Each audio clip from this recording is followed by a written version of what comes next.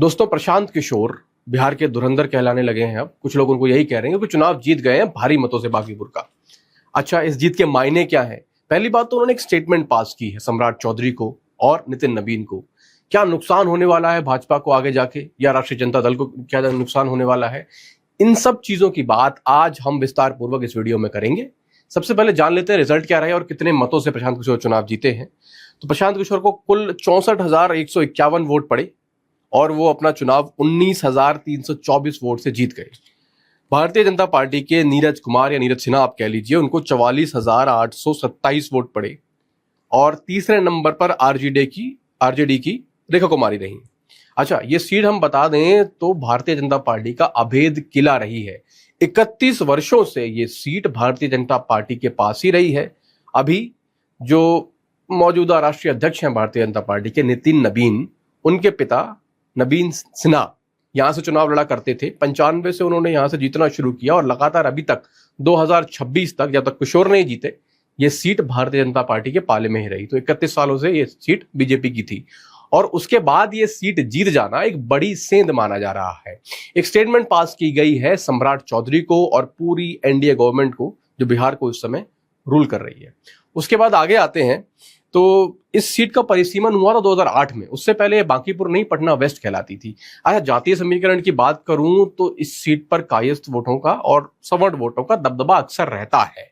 तभी नितिन नबीन जो कायस्थ समाज से आते हैं और उससे पहले उनके पिताजी वो भी कायस्थ समाज से आते थे, इस पर जीतते रहे हैं। उनसे पहले अगर मैं बात करूं, इसमें रमानंद यादव का दबदबा हुआ करता था। लगातार 2 चुनाव यहां से वो जीते और निर्दलीय जीते थे। किसी पार्टी बैनर के तले नहीं थे वो, ना जनसंघ था, ना कांग्रेस थी, ना बीजेपी थी। निर्दलीय वो यहां से चुनाव जीते थे। अच्छा, उससे पहले अगर थोड़ा चलूं तो बात करता हूं मैं कि प्रशांत किशोर ने इस चुनाव को शुरू कैसे किया। सबसे पहली बात कि उन्होंने कोई बड़ी स्टेटमेंट पास नहीं की इस चुनाव प्रचार में भी। अच्छा, तो उनका कहना था कि मैं एकदम से नहीं बदल सकता हूं बांकीपुर को, पर धीमे धीमे से बदलाव आएगा। अच्छा, एक वजह सबसे बड़ी ये है कि उन्होंने डोर टू डोर कैंपेन पर फोकस किया। बड़ी रैलीज भी हुई पर उनका नंबर काफी कम था। डोर टू डोर कैंपेन पे फोकस था। घर जाके चाय पी जा रही थी लोगों से पर्सनल कनेक्शन उन्होंने बनाने की कोशिश करी। अच्छा, दूसरी चीज की बात करूं तो स्टेटमेंट की बात मैं आपको बता ही चुका हूं। अच्छा, किशोर का बार बार फोकस इस चुनाव में ये रहा, उन्होंने कहा कि ये कास्ट फ्री चुनाव होने वाला है, पर जातीय समीकरण का पूरा ध्यान रखा गया, किशोर के द्वारा भी प्लस बीजेपी के द्वारा भी। क्योंकि किशोर ने इस समय इस चुनाव में आरजेडी के वोटर्स पर काफी अच्छा खासा फोकस किया।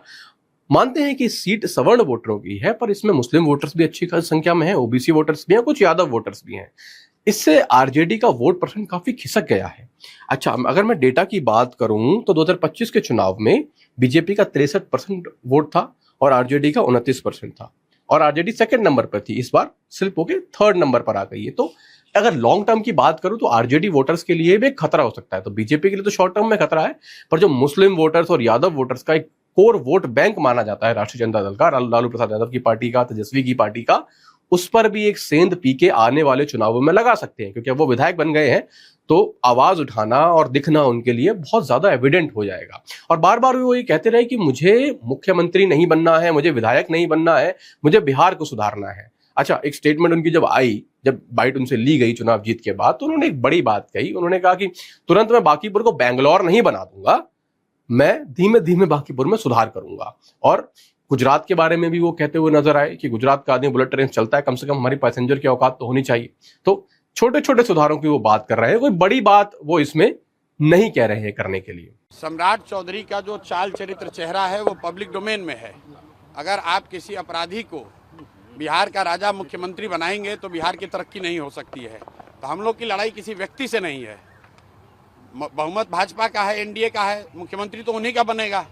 हम लोग बस इतना ही आग्रह कर रहे हैं, बिहार की जनता इतना ही आग्रह कर रही है, बांकीपुर की जनता इतना ही मोदी जी से आग्रह कर रही है कि किसी अच्छे चरित्रवान काबिल आदमी को बिहार का मुख्यमंत्री बनाइए, ताकि बिहार के लोग भी इस बात का गौरव, बिहारी होने का गौरव कर सकें, ताकि हम लोग के बच्चों के लिए भी पढ़ाई रोजगार की व्यवस्था हो। सब कुछ सुविधा अगर गुजरात के ही लोगों को मिलेगी तो सिर्फ बिहार के लोग कहाँ जाएंगे। गुजरात के लोग 1 लाख करोड़ के बुलेट ट्रेन पर चलेंगे, वो ठीक है, लेकिन हम लोगों को कम से कम पैसेंजर भी तो मिलना चाहिए।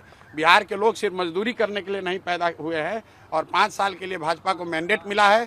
उनको अच्छा आदमी देना चाहिए, अच्छे लोगों को मंत्रिमंडल में रखना चाहिए ताकि बिहार की तरक्की हो, बिहार का विकास हो। अगला टारगेट क्या है प्रशांत जी? हमारी पहला काम क्या होगा सर जीत के बाद? भाई पहला काम बस यही है कि बांकीपुर की जनता ने जो आशीर्वाद दिया है, अपनी ओर से जो हो सकेगा बांकीपुर में सुधार का प्रयास करेंगे। अगले 2-3 महीने में आपको वो चीज़ दिखेंगी भी। मैं कोई बहुत बड़ी बात बोलना नहीं चाहता हूँ। मेरे विधायक बनने से बांकीपुर बेंगलोर नहीं बनेगा, लेकिन यहाँ पर आपको कुछ सुधार होता अगले 2-3 महीने में दिखेगा। तो कुछ 2 फैक्टर और हैं, उनकी बात भी आपके सामने करूंगा। बीजेपी ने अपनी टिकट चेंज करी। पहले वो टिकट बंटी सिन्हा को देने वाले थे, मतलब दे ही दी थी लगभग, पर उन्हें फिर जानकारी आई या पता चला, मीडिया में कुछ रिपोर्ट चली कि उनके माँ बाप चारा घोटाले में लिप्त माने जाते थे, तो उन्होंने नीरज सिन्हा या नीरज कुमार को टिकट दे दी उसके बाद। तो ये भी एक फैक्टर माना जा रहा है। प्लस प्रशांत किशोर ने जंतर मंतर वाले प्रोटेस्ट को भी सपोर्ट किया था और उन्होंने ये सरकार का फेलियर बताया था कि इतने बेरोजगार युवा एक साथ इकट्ठे हो गए हैं। तो इस चीज को भी एंटी इंकम्बेंसी बढ़ाने में एक बड़ी वजह माना जा रहा है। अच्छा, तो कुछ छोटी बातें और हैं।